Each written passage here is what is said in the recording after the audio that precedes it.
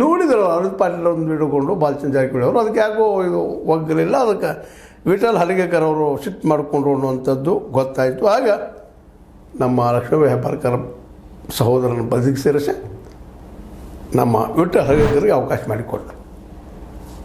ಈ ಎಲ್ಲ ಡೆವಲಪ್ಮೆಂಟ್ಗಳಿಂದಾಗಿ ಸಹಜವಾಗಿನ ಇದೇ ಪ್ಲ್ಯಾನ್ ಉಳಿದ ಕಡೆ ಆಗುವಂಥದ್ದು. ನೋಡಿರಿ ರಾಮದುರ್ಗದಲ್ಲಿನೂ ಒಂದು ಕಡೆ ಯಾದವಾಡ ಅವರು ಹಿಡ್ಕೊಂಡಿದ್ದಾರೆ, ಒಂದು ಕಡೆ ಪಟ್ಟಣದವ್ರು ಹಿಡ್ಕೊಂಡಿದ್ದಾರೆ. ಯಾರು ಗೆದ್ದರು ನಮ್ಮವ್ರಪ್ಪ, ಸೋತವ್ರು ನಿಮ್ಮವರು ಇರೋದು ಹೇಳುವಂಥ ಒಂದು ಪ್ಲ್ಯಾನ್, ಬಿಗ್ ಪ್ಲ್ಯಾನ್. ಈ ಪ್ಲ್ಯಾನನ್ನು ಇಲ್ಲೇ ಇಂಟ್ರೊಡ್ಯೂಸ್ ಮಾಡಿದ್ದಾರೆ ಜಿಲ್ಲಾ ಮಟ್ಟದ. ಮೊದಲಿಲ್ಲೇ ತಾಲೂಕು ಮಟ್ಟದಲ್ಲಿ ಇತ್ತು. ಗೋಕಾಕ್ ತಾಲೂಕು ಮಟ್ಟದಲ್ಲಿ ಇವತ್ತೆಲ್ಲ ಈ PKPSಗಳಾಗಿರ್ಬೋದು, ಗ್ರಾಮ ಪಂಚಾಯತ್ಗಳಾಗಿರ್ಬೋದು, ಮತ್ತೊಂದು ರಾಜಕೀಯ ಆಗಿರ್ಬೋದು, MLA ರಾಜಕೀಯ ಆಗಿರ್ಬೋದು, ಮತ್ತೊಂದಿರಲಿ ಏನೂ ಇರಲಿ, ಇದೇ ಪಾಲಿಸಿನ ಮಾಡ್ಕೊಂಡು ಬಂದಾರ. ಈ ಪಾಲಿಸಿಯಲ್ಲಿ ಅವ್ರು ಯಶಸ್ವಿಯಾಗಿದ್ದಾರೆ. ಇದನ್ನು ಬೀಟ್ ಮಾಡುವಂಥ, ಇದನ್ನು ಸೋಲಿಸುವಂಥ ಶಕ್ತಿ ಯಾರಿಗದ? ಕತ್ತಿಯವ್ರಿಗೆ ಅದನ, AB ಪಾಟೀಲ್ರಿಗೆ ಅದನ, ಲಕ್ಷ್ಮಣ್ ಸವದಿಯವ್ರಿಗೆ ಅದನ, ಲಕ್ಷ್ಮೀಬಾಯಿ ಹೆಬ್ಬಾಳ್ಕರ್ ಅವ್ರಿಗೆ ಅದನ. ಯಾಕಂದ್ರೆ ಇದು ಒಂದು ಅತ್ಯಂತ ವ್ಯವಸ್ಥಿತವಾದ ತಂತ್ರ. ಇದು ಅವರ ಅನುಭವದಿಂದ ಪಡೆದಂಥದ್ದು.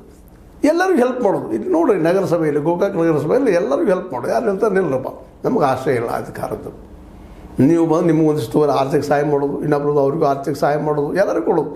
ಅವ್ರವ್ರು ವಿರೋಧ ಇರ್ತದೆ. ಯಾರು ಗೆಲ್ತಾರೆ ಹೌದಪ್ಪ, ಅವ್ರು ಆಡಳಿತ ಮಾಡಿರಿ, ನಾವು ನಿಮ್ಮಿಂದ ಇದ್ದೀವಿ, ನಮ್ಮ ಕೈಗೂ ಇರ್ರಿ, ಬಸ್. ಇದೇ ಪಾಲಿಸಿಯಲ್ಲಿ ಅಪ್ಲೈ ಮಾಡ್ತಾಯಿದ್ದಾರೆ ಬೆಳಗಾವಿ DCC ಬ್ಯಾಂಕದ ಈ ಸಲದ ಚುನಾವಣೆಯಲ್ಲಿ. ಇದು ಇಲ್ಲಿ ಯಶಸ್ವಿ ಆಗ್ಬೋದಾ? ಗೇಮ್ ಪ್ಲ್ಯಾನ್ ಯಶಸ್ವಿ